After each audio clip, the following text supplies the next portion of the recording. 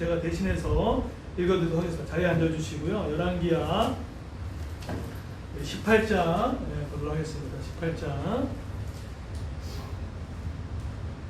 제가 읽겠습니다. 두 절만 보겠습니다. 아스리야 왕 이스라엘 백성을 아시리아 잡아가서 고산 강가의 할라와 하볼과 메대의 여러 산에서 살게 했습니다. 이런 일이 일어난 것은 이스라엘 백성이 그들의 하나님 여호와께 복종하지 않았기 때문입니다.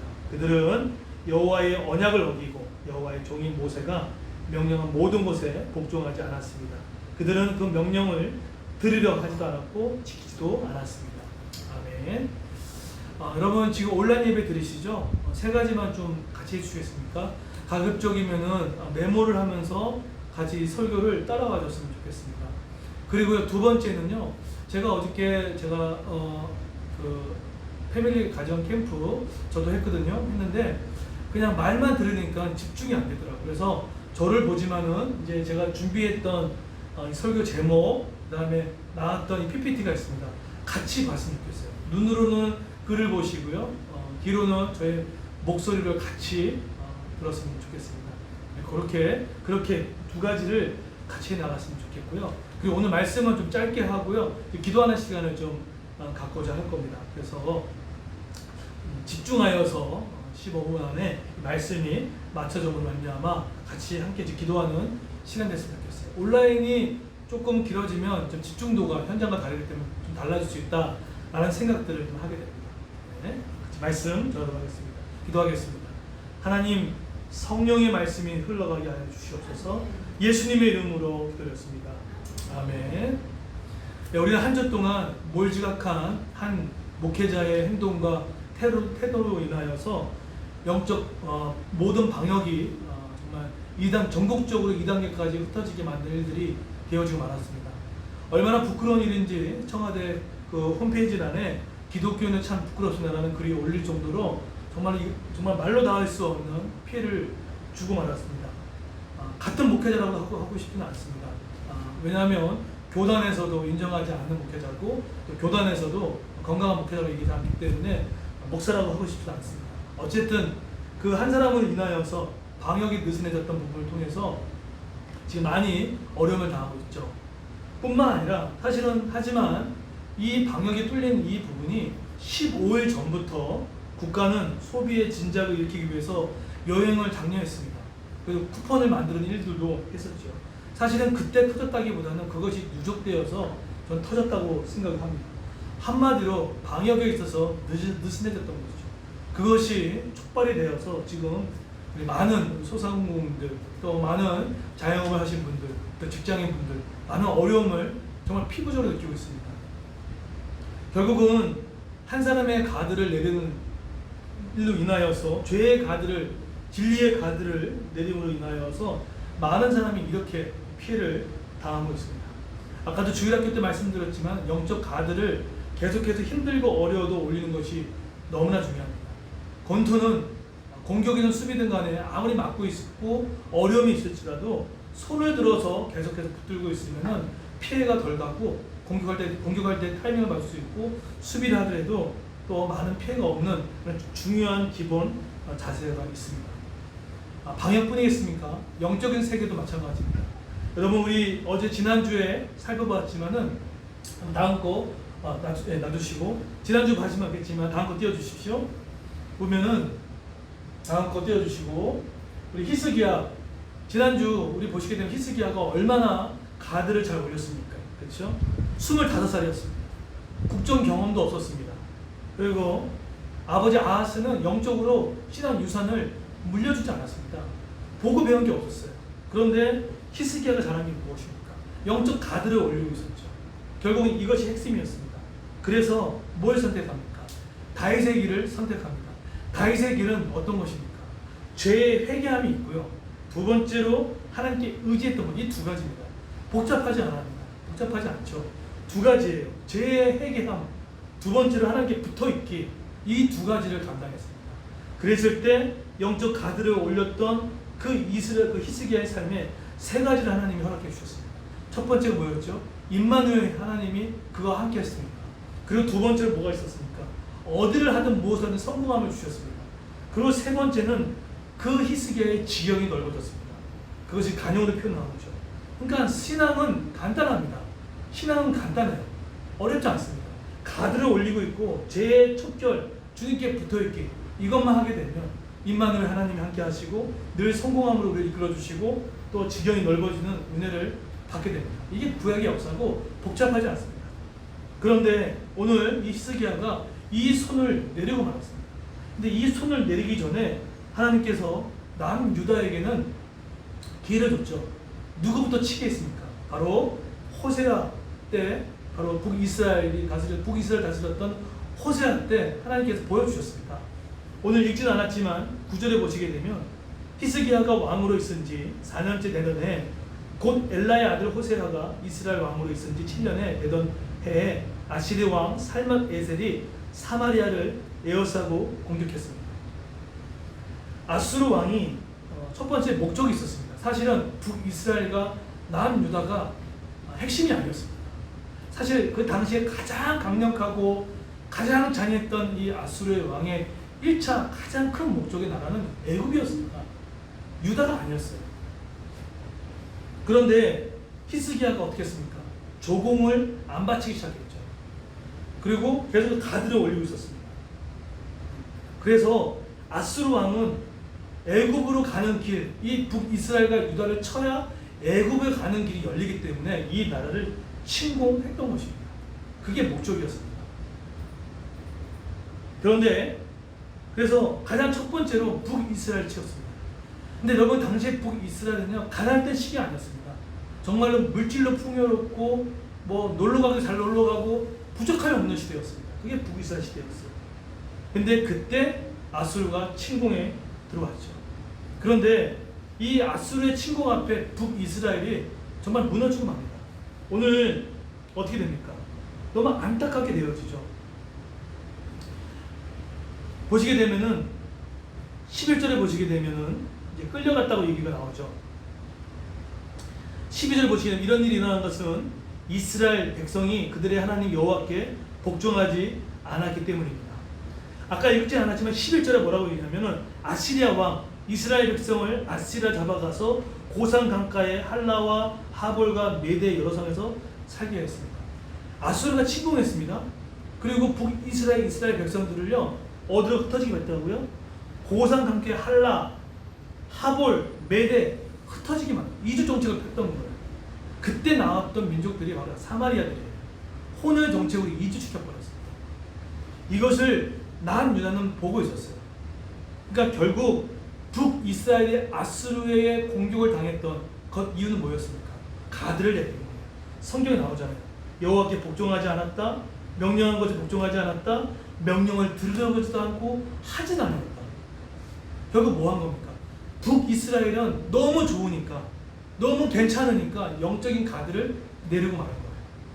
그랬더니 어떻게 합니까? 아수르의 침공을 당할 수밖에 없었던 거죠. 자, 그러면 오늘의 핵심은 북이스라엘이 아니에요. 그러면 사실 이것을 봤단 말이에요. 그리고 몇 년이 지났습니다. 그러면 이 사건을 보고 이렇게 하면은 하나님의 심판이 있구나, 이렇게 하게 되면 끌려가는 수치를 당하는구나, 그럼 알았을 거 아니에요. 그리고 몇 년이 지났습니다. 그런데 히스기야가 어떻게 합니까? 한 3년인가요? 9년이 지나고 나서 가드를 내리기 시작했습니다. 13절에 나옵니다. 히스기야가 왕으로 있은 지 14년째 되던 해에 아시리아 왕 사네립이 유다를 공격했습니다. 사네립은 성벽으로 굳건하게 둘러싸인 유다의 모든 성을 공격하여 점령하였습니다. 쳐들어왔죠. 자, 그러면 우리가 인생을 살면서 문제 올 수 있습니다. 재정의 압박도 오고 부부의 관계가 어려울 수도 있고 관계 어려움이 올 수도 있습니다. 그러면 이럴 때 히스기야, 초창기의 히스기야는 했던 게 있었죠. 뭐였죠? 죄를 척결하고 뭐 했습니까? 하나님께 붙어 있었단 말이에요. 그런데 이 문제를 히스기야가 어떻게 처리합니까? 14절 보시면 잘 들으세요. 뭐라고 얘기합니다. 그러자 유다 왕 히스기야가 라기스에 있는 아시리아 왕에게 사신을 보내어 말했습니다. 그리고 뭐라고 얘기한지 아십니까? 내가 잘못했습니다. 이곳을 떠나 주십시오. 그러면 요구하신 대로 모든 것을 드리겠습니다. 문제가 터졌습니다. 아셀 누구 찾아갔습니까? 라기스에 가서 아시리아 왕의 사실을 물었단 말이에요. 거기에서 지금 잘못했다고 도와주세요. 그런데 저는 이 히스기야 왕이 얼마나 두려움에 빠졌는지를 알 수 있는 힌트가 있습니다. 역사가가 얘기할 때 14절에 보시게 되면 역사가 아수르의 비문, 역사가 비문에 이런 글이 썼다는 거예요. 어떻게 쓰는지 들어보십시오. 길을 열고 들으십시오. 나는 히스기야를 예루살렘의 새장 속에 새처럼 가두었다. 그리고 누구든지 나오는 모든 자는 처벌하였다. 이게 아수르의 비문에 있었던 거예요. 그러니까 잔인하게 이럴 데가 없는 아수르, 또 히스기야를 새장에 넣어버렸다는 거예요. 그러니까 공포에 막 밀어닥쳐져 했다는 거죠. 이럴 때 두려움에 빠졌던 히스기야는 어떻게 합니까? 사람을 보내서 해결하려고 했다는 거예요. 하나님께 안 갔죠. 결정적인 게 무엇입니까? 하나님께 가지 않았어요. 여러분, 이때 일로 인하여서 이 성경에 나오고 있지 않지만 역사학자들에 의하면 끌려갔던 것들이 뭔지 아십니까? 들어보세요. 보석을 뺏깁니다. 상아를 뺏깁니다. 또 귀한 목재를 뺏기고요. 그리고 남유다의 딸들이 끌려갑니다. 그리고 궁녀들이 끌려가고요. 심지어는 남녀 음악사들이 끌려갑니다. 이때 다 끌려가버려요. 문제를 하나님께 해결해야 할 그 문제를 사람을 통해서 해결하려고 했을 때 이렇게 얼토당토하는 일이 생기고 말았다는 거예요. 여러분, 그래서 오늘은 말씀 복잡하지 않습니다. 첫 번째, 그러면 히스기야의 이 문제를 우리가 어떻게 역으로 해결할 것인가 한번 첫 번째 띄워주십시오. 첫 번째는 무엇입니까? 영적인 가드를 결코 내리시면 안 됩니다. 너무 간단하죠. 이거 너무 쉽잖아요. 쉬운 게 안 된다니까요. 히스기야가 북이스라엘의 침공 뒤에 4년 5년 동안 기회가 있었어요. 끝까지 붙을 수 있는 기회가 있었단 말이에요. 근데 그 안에 어떻게 됩니까? 느슨해졌고 말았다는 거예요. 그래서 어떻게 합니까? 사람을 통해 유화정책으로 가볍게 이 문제를 해결하려고 했어요. 그런데 여러분 보세요. 문제가 왔을 때 하나님께 가져가지 않고 되어지면요, 문제가 꼬이기 시작합니다. 어떤 일이 생깁니까? 읽진 않았지만 29절부터 32절이 보면은 히스기야가 모독을 당합니다. 두 번째로 어떤 일이 생깁니까? 성전이 모욕을 당해요. 아까 뭘 달라고 했죠? 나를 도와주시면 금도 주고 은도 주겠다 했죠? 그때 히스기야가 그 금과 음이 다 주고 나서 없었을 때 어디로 가서 금을 뜯어냅니까? 여호와의 성전, 교회 것을 뜯어다 갖다 줬어요. 가드를 내려놓으니까는 급하다 보니까는 영적인 교회마저도 다 무너뜨리게 일들을 했고요. 여러분, 그럴 때 없어요? 내가 힘들고 어려울 때 교회 관련돼서 너무 가볍게 여겨요. 너무 중요했던 나의 직분들, 내가 붙잡고 있었던 큐티들, 내가 붙잡고 있었던 나의 위치들, 힘들고 어려우면 가장 먼저 기도를 붙잡고 예배를 붙잡고 교회를 붙잡아야 할 것이 가장 그건 뒷전이에요. 다른 것도 먼저 합니다. 그게 어떻게 합니까? 히스기야 모독을 당하고 군사력은 열세를 당하고 또 심지어는 마지막에 하나님이 모독을 당합니다. 야, 그 하나님이 어디 있냐고, 내가 하나님이라고 이렇게 얘기해버립니다. 그랬더니 여러분 15절에 보시게 되면 얼마나 치욕을 당하냐면 이렇게 합니다. 히스기야는 여호와의 성전과 왕궁 보물 창고에 있는 모든 은을 사내립에게 주었습니다. 어디에 있던 거요? 여호와의 성전. 교회에 있는 것들 있잖아요. 그걸 막 뜯어가가지고 어떻게 했다고요? 사내립에 갖다 줬다는 거예요. 이건 뜻이 뭔지 아십니까? 단순히 금을 벗겨줬다는 뜻이 아니라 이 뜻은 이겁니다. 고대 역사에 보면은요, 고대의 싸움에 보게 되면 패턴입니다. 성전과 왕궁을 수탈하는 것은 그의 패턴이었습니다. 결국은 15절의 역사가들, 또 이 역사가들이 이 15절을 기록한 큰 이유는 성전이 이렇게 수출당했다는 얘기는 뜻이 뭐냐면 하나님의 임재가 더 이상 함께하지 않고 또 하나님의 더 이상 함께하지 않겠다는 뜻입니다. 이걸 당한 거예요. 여러분, 같은 교회라고 하더라도요, 하나님의 임재가 없고 하나님의 또 역사가 없는 교회가 있습니다. 같은 가정 예배를 드리나라도 하나님의 인지함이 없고 역사함이 없을 때가 있습니다. 그렇게 돼버린 거예요. 그래서 절대로 평안할 때, 또 우리가 주어지는 사건이 있을 때 가드를 내리면 안 돼요. 여러분 지금 코로나 방역이죠. 2주 동안 틀림없이 우리 마음 가운데 가드를 내릴 거란 말이에요. 아, 이제 2주 동안 온라인 예배에 누가 날 터치해. 그러니까 막 그래요. 그러니까 우리 지기들도 전화하기도 어렵고 만나기도 어려운 무도 가운데 그냥 쉽게 가드를 내려요. 제가 이것을 극복하기 위해서 하는 게 있습니다. 40일 작정기도 끝나고 다니엘 20일 기도를 지금 시작하고 있고 16일 차입니다. 왜 그렇죠? 여러 가지 사역하지 못해도 기도의 가드를 내리면 안 되거든요. 제가 기도의 가드를 내리면요, 교회가 무너집니다. 요번 휴가를 갔다 왔습니다. 갔다 와서도요, 마음 가운데 휴가니까 그런 거 좀 안 하고 싶다는 마음도 있었어요. 그런데 휴가 가서도요, 여러분 그 패밀리 가정 캠프 했습니다. 물론 그 개회 예배도 못했지만 11시까지 아이들 밥 먹고 나서 아이들과 함께 그 말씀을 나누고 기도하고 2부 순서까지 다 했습니다. 그리고 늦게 잤지만 아침에 일어나가지고요, 폐 예배를 드렸습니다. 그런데 어떤 일이 일어나는지 아십니까? 마음에 기쁨이 있어요. 오히려 영적인 것을 안 하고 그냥 놀았을 때보다 하나님을 먼저 앙망하고 예배하고 나서 그때 주어진 기쁨이 얼마나 좋은지 몰라요. 그냥 뭐가 놀아도 허하지가 않아요. 기쁨이 있어요. 즐거움이 있어요. 왜 그랬을까요? 제 마음과도 영적인 가드를 내리고 싶었다니까요. 유혹 많이 받습니다. 목회자는 유혹을 안 받을 것 같습니까? 유혹 받습니다. 받아요. 근데 내리게 되면 어떻게 됩니까? 알거든요. 기도를 내리게 되면 아말렉 전투 가운데 그 전쟁에 있었던 그 모든 백성들이 실패를 당하잖아요. 그래서입니다. 여러분, 제안할게요. 2주 동안 영적 가드를 올리는 시간이 됐으면 좋겠습니다. 그래서 우리가 2주 동안 사회적 거리 두기를 하지만 영적으로 가장 가깝게 두는 시간이 됐으면 좋겠습니다. 그래서 2주 동안에는요, 부흥을 위한 기도를 같이 했으면 좋겠습니다. 여러분 해야 할 일이 있습니다. 첫 번째는요, 매일 여러분 10분도 좋고 20분도 좋고 30분도 좋습니다. 매일 그 시간을 정하십시오. 그리고 두 번째로 제가 아티클을 올리겠습니다. 부흥에 관련된 아티클을 제가 올리도록 하겠습니다. 그래서 기도에 관련된 아티클을 올릴 때 그거를 보고 같이 기도했으면 좋겠습니다. 그리고 세 번째로 여러분의 그 회개하는 기도를 통해서 이 회개 기도가 선행됐으면 좋겠습니다.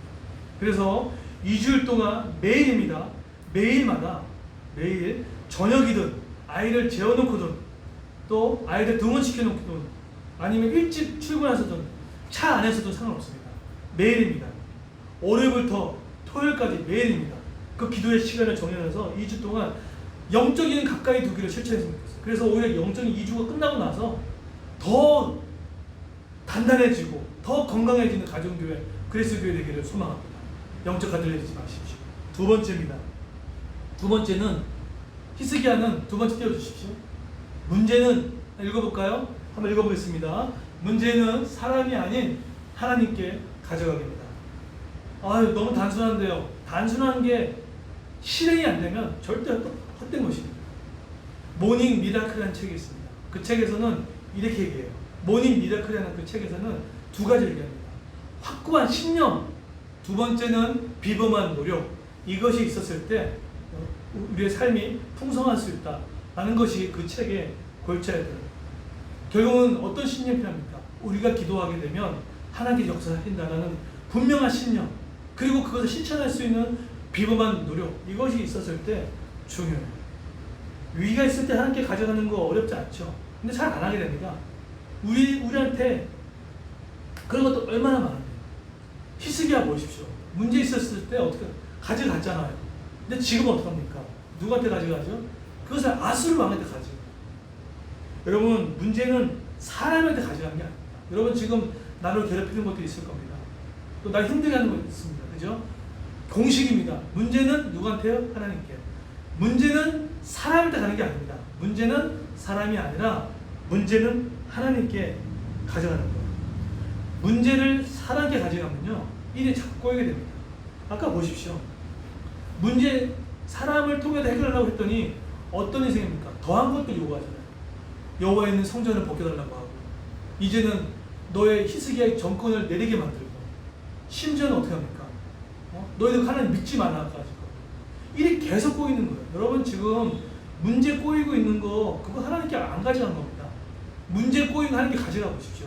하나님의 손이 그 문제를 반드시 해결해 나갑니다. 그런 관점을 봤을 때 우리 얼마나 문제가 많습니까? 그렇죠?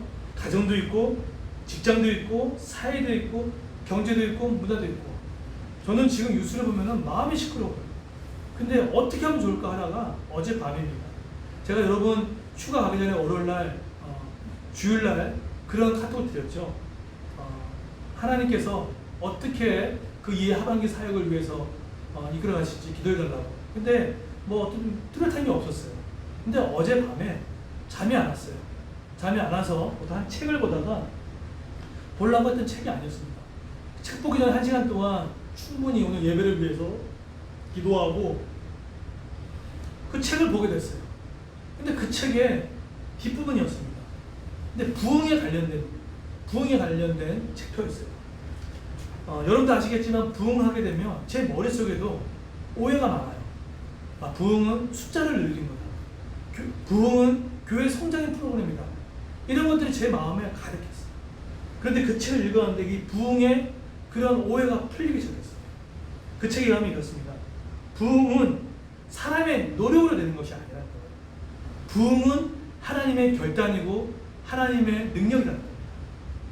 그러니까 부흥은 우리가 일으킬 수가 없어요. 부흥은 하나님이 결단하셔야 되고요. 부흥은 하나님의 능력을 부어주셔야 됩니다. 다만 그것을 하시도록 열어드리는 것이 우리의 기도에 달렸다는 거예요. 그래서 마틴 로이드 조스 목사님이 부흥을 위해 Pray for Revival, 부흥을 위해 놓고 기도하라고 해요. 거기서 제가 그것이 오해가 하나 풀렸어요.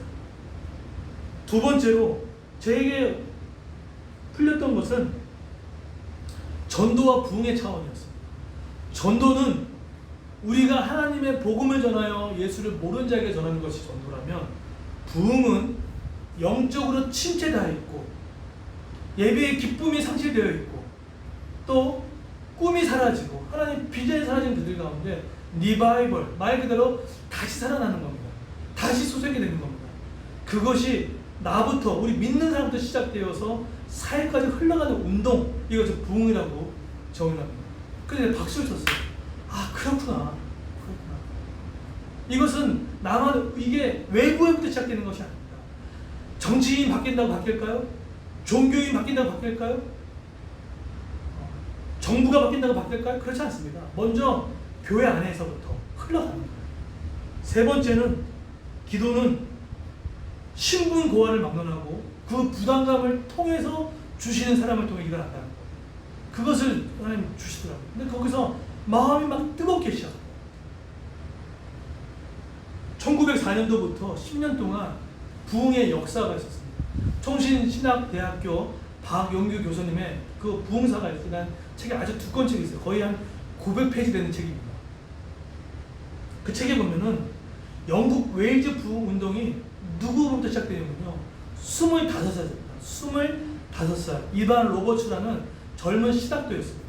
근데 이 젊은 신학도는 돈도 없었고 가난한 목수 역할을 했던 사람입니다. 대장장이었습니다. 근데 그 마음 가운데 영국의 타락된 모습을 보면서 마음이 안타까웠다는 거예요. 정치는 타락하고 윤리는 타락되는 그 시대 가운데 마음이 안타까움이 있었어요. 그래서 여러분 유명한 그 건조도우미 기도를 통해서 4명이 함께 모여서 그 영국의 부흥을 위해서 기도했다고 합니다. 근데 그 기도에 하나님을 들으시사 그 별 볼 일 없는 4명의 기도를 들으셔가지고 영국의 부흥을 일으켰죠. 근데 이 부흥의 운동이 미국으로 들어갑니다. 근데 미국에 있었던 이 부흥에 흑인 노예가 있었어요. 그 노예가 영국의 부흥 운동을 보면서 마음에 자극을 받아서 하나님, 이 남가주, 이 캘리포니아 안에서도 부흥이 일어나게 해달라고.